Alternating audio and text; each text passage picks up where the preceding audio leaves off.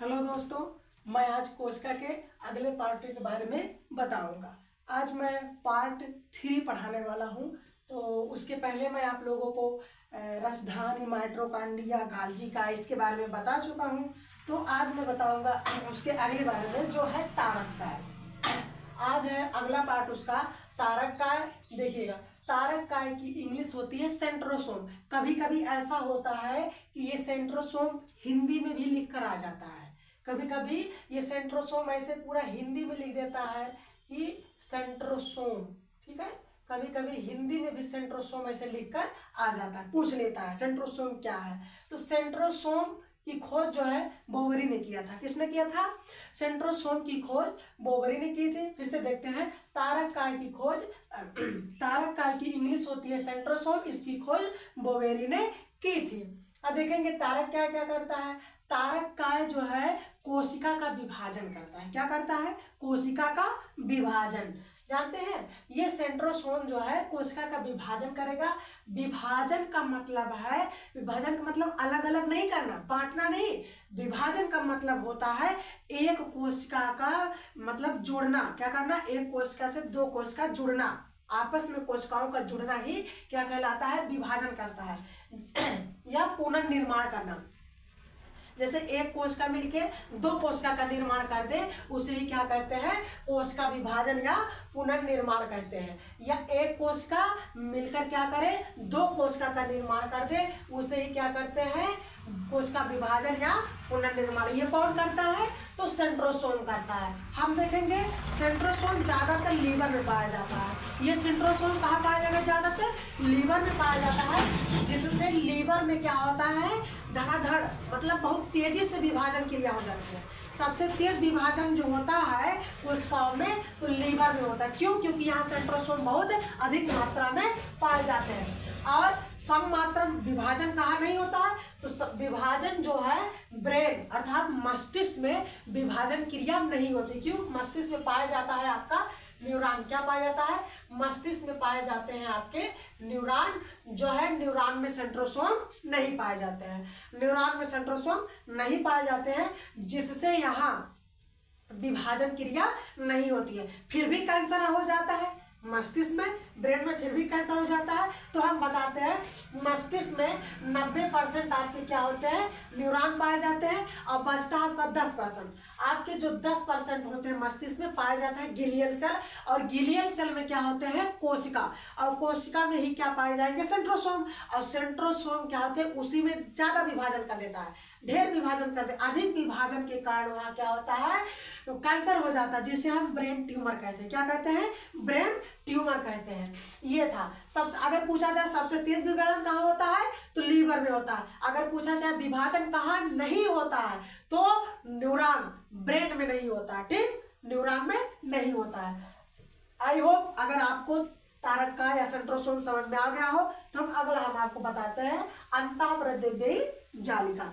अगला हम बताते हैं आपको अंतःप्रद्रव्यी जालिका। इंग्लिश है एंडोप्लाज्मिक रेटिकुलम। इंग्लिश है एंडोप्लाज्मिक रेटिकुलम। इसे शॉर्टकट में ईआर कहते हैं। इसे शॉर्टकट में ईआर कहते हैं, एंडोप्लाज्मिक रेटिकुलम। जैसे क्या होते हैं? पिलर लगाए जाते हैं ना, जैसे घर को, छत को रोकने के लिए पिलर लगाए जाते हैं, उसी प्रकार हमारे कोशिकाओं में क्या होती है? हमारे कोशिकाओं में एक कंकाल पाया जाता है, जो हमारी त्वचाओं को क्या करती है? सहायता प्रदान करती है। कैसी सहायता? आंतरिक सहायता। देखिए ये क्या होती है? आंतरिक कंकाल पाए जाते हैं कोशिकाओं के अंदर, जो क्या करते हैं? कोशिकाओं के आंतरिक सहायता प्रदान करती है। कोशिकाओं को आंतरिक सहायता प्रदान करने का काम करती है। हम देखेंगे अंतःप्रद्रव्यी जालिका के दो पार्ट होते हैं। अंतःप्रद्रव्यी जालिका के दो पार्ट होते हैं। एक होता है स्मूथ। क्या होता है? एक होता है स्मूथ, जो क्या करता है? वसा का निर्माण करता है। क्या करता है? हम देखेंगे इसका दो पार्ट होता है, एक रफ होता है, दूसरा स्मूथ होता है। तो स्मूथ क्या? स्मूथ ईआर एंडोप्लाज्मिक रेटिकुलम, ये क्या करता है? वसा का निर्माण। क्या करेगा? वसा का निर्माण। रफ क्या है? रफ एंडोप्लाज्मिक रेटिकुलम, ये प्रोटीन का निर्माण करेंगे। तो देखिए स्मूथ वाला क्या होता है? ये चिकना पार्ट। कैसा है? देखेंगे एकदम चिकना है। चिकना मतलब ये वसा का निर्माण, चर्बी जिसको बोलते हैं, तेल, लस टाइप में रहता है। ठीक, ये क्या करता है, स्मूथ जो है ये वसा का निर्माण करेगा इस टाइप में। देखिए इधर क्या करता है, ये वसा का निर्माण, एकदम चिकना होता है।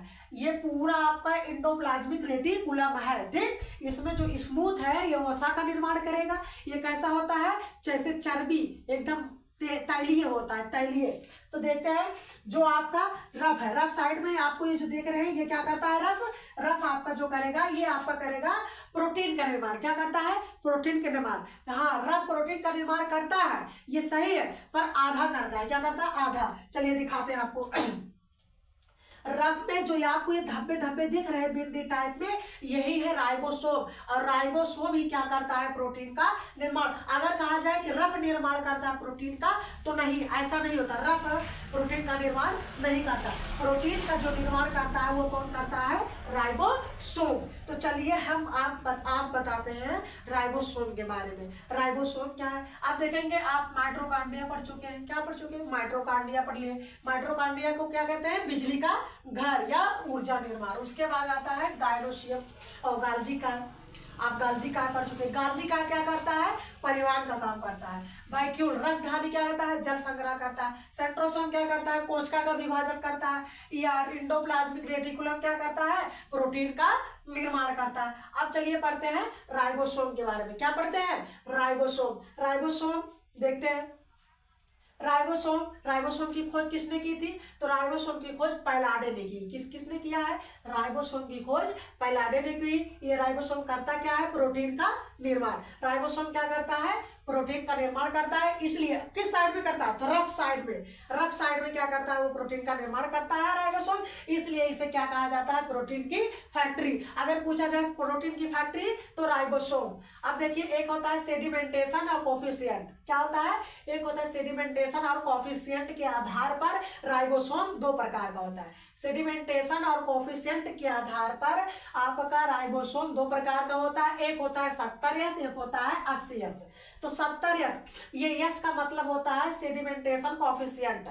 जानते हैं, यस जो है प्रदर्शित करता है सेडिमेंटेशन और कोफिशिएंट को। ठीक है, 70S क्या होता है, सबसे छोटा होता है। 70S क्या होता है, छोटा होता है। आपका 80S क्या होता है, बहुत बड़ा होता है। किसके आधार पर, सेडिमेंटेशन और कोफिशिएंट में। ठीक है, इसके आधार पर देखेंगे प्रोकैरियोटिक। ये 70S पाया कहाँ जाता है, 70S प्रोटीन कहाँ पाए जाते हैं, राइबोसोम। 70S राइबोसोम कहाँ पाए जाते हैं, तो प्रोकैरियोटिक में। 80S कहाँ पाए जाते हैं, 80S राइबोसोम कहाँ पाए जाएंगे, यूकैरियोटिक में। आप कहेंगे सर यूकैरियोटिक और प्रोकैरियोटिक क्या है, तो यूकैरियोटिक ये इसका अलग टॉपिक है, इसको अलग बताया जाएगा। तो थोड़ा सा इसमें समझ लीजिए। यूकैरियोटिक जिन्हें देखने के लिए हमें सूक्ष्मदर्शी की आवश्यकता नहीं पड़ती है, जिन्हें देखने के लिए हमें सूक्ष्मदर्शी की आवश्यकता नहीं पड़ती है, वो हमारे यूकैरियोटिक कोशिका होते हैं। क्या होते हैं, यूकैरियोटिक कोशिका। और जिन्हें देखने के लिए सूक्ष्मदर्शी की आवश्यकता पड़ती है, वो हमारे क्या कहलाएंगे, प्रोकैरियोटिक कोशिका कहलाएंगे। ठीक, ये हो गया, आप समझ गए। राइबोसोम क्या करता है, राइबोसोम जो है, ये राइबोसोम क्या करता है, ये राइबोसोम प्रोटीन का निर्माण करता है, रफ साइड में करता है, इसलिए इसे प्रोटीन का फैक्ट्री कहा जाता है। सेडिमेंटेशन और कोफिशिएंट के आधार पर राइबोसोम दो प्रकार का, 70S और एक 80S। 70S छोटा होता है और 80S बड़ा होता है। आगे हम बताएंगे आप लोगों को। आई होप अगर आपको राइबोसोम समझ में आ गया हो, तो आगे हम आप लोगों को बताते हैं केंद्रक। क्या होता है, केंद्रक। केंद्रक देखिए, इसकी इंग्लिश होती है न्यूक्लियस। क्या होती है, न्यूक्लियस। अगर बताया जाए ये केंद्रक क्या है, ये न्यूक्लियस।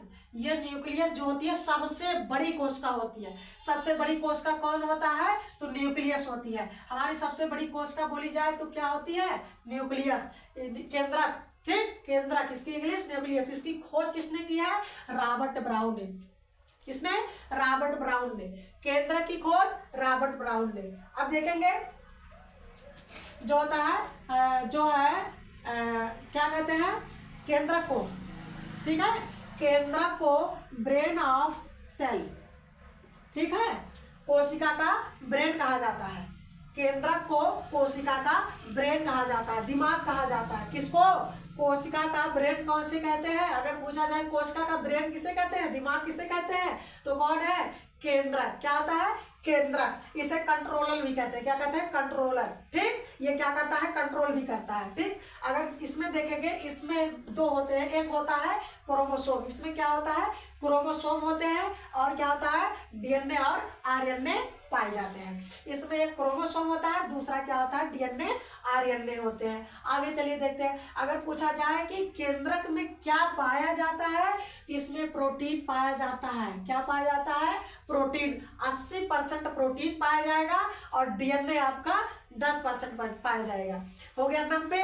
आपके जो 10% बच रहे हैं उसमें सारे तत्व आ जाते हैं। क्या आ जाते हैं? सभी तत्व आ जाएंगे।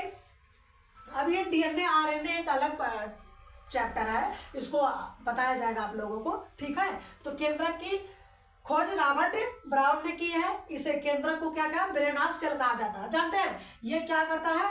ये जो आपका न्यूक्लियस है केंद्रक, इन कोशिकाओं को नियंत्रित रखता है। ये क्या कहता है? माइटोकॉन्ड्रिया। तुम अपना काम सब अपना काम क्या करो? सही से करो। सबको, अगर कोई भी काम सही से नहीं कर रहा है, क्या करता है? सबको बताता है तुम अपना काम तो सही करो। माइटोकॉन्ड्रिया कहेगा ऊर्जा निर्माण करो, और गाल्जी काय को कहेगा परिवहन करो, वैक्यूल्स करेगा जल का संग्रह करो, सेंट्रोसोम का कहेगा कोश का विभाजन करो, और क्या है?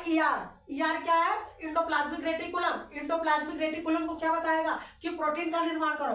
और राइबोसोम को क्या करेगा?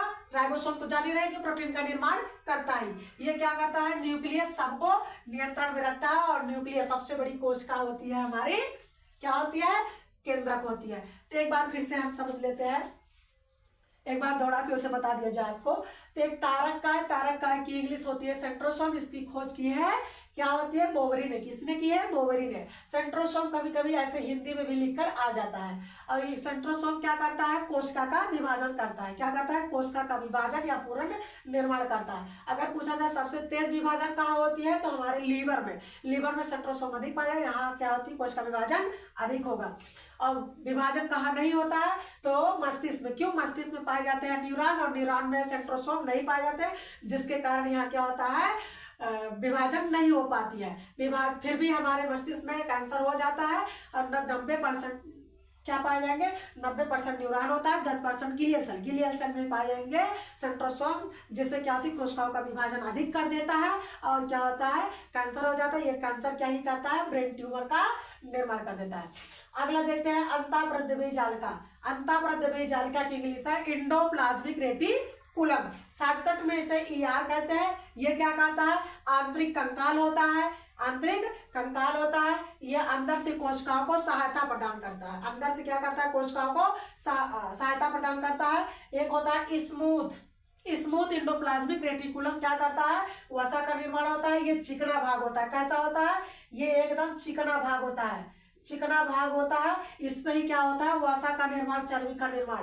अब आता है रब ईआर इंडोप्लाज्मिक रेटिकुलम। ये क्या करता है?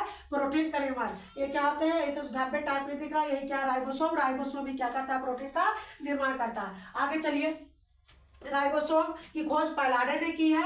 ये क्या करता है? प्रोटीन का निर्माण। इसीलिए इसे कहते हैं प्रोटीन की फैक्ट्री। ये क्या? सेडिमेंटेशन और कोफिशिएंट के आधार पर राइबोसोम दो प्रकार का, एक 70S एक 80S। 70S क्या होता है? सबसे छोटा होता है, ये प्रोकैरियोटिक में पाया जाएगा। 80S क्या होता है? सबसे बड़ा होता है। ये कहाँ पाया जाता है? यूकैरियोटिक कोशिकाओं में पाया जाएगा। अगला है आपका केंद्रक की खोज रॉबर्ट ब्राउन ने की। इसकी इंग्लिश न्यूक्लियस होती है। खोज रॉबर्ट ब्राउन ने की है। केंद्रक की हुई कोशिका का ब्रेन कहा जाता है, ब्रेन ऑफ सेल। ठीक है, ब्रेन ऑफ सेल। केंद्रक को क्या कहते हैं? ब्रेन ऑफ सेल कहते हैं। ये कंट्रोलर भी करता है। ये क्या करता है? कंट्रोल भी करता है। इसमें पाए जाते हैं क्रोमोसोम और डीएनए आरएनए पाए जाते हैं। अगर पूछा केंद्रक में, तो 80% प्रोटीन होता है, डीएनए 10%, बचा 10% जो आपके होते हैं क्या? तत्व होते हैं। चलिए आज के लिए इतना ही, और अगले नेक्स्ट वीडियो में हम सभी चीज बताएंगे। कोशिका के बारे में नेक्स्ट वीडियो में हम अच्छे से बताते हैं। धन्यवाद।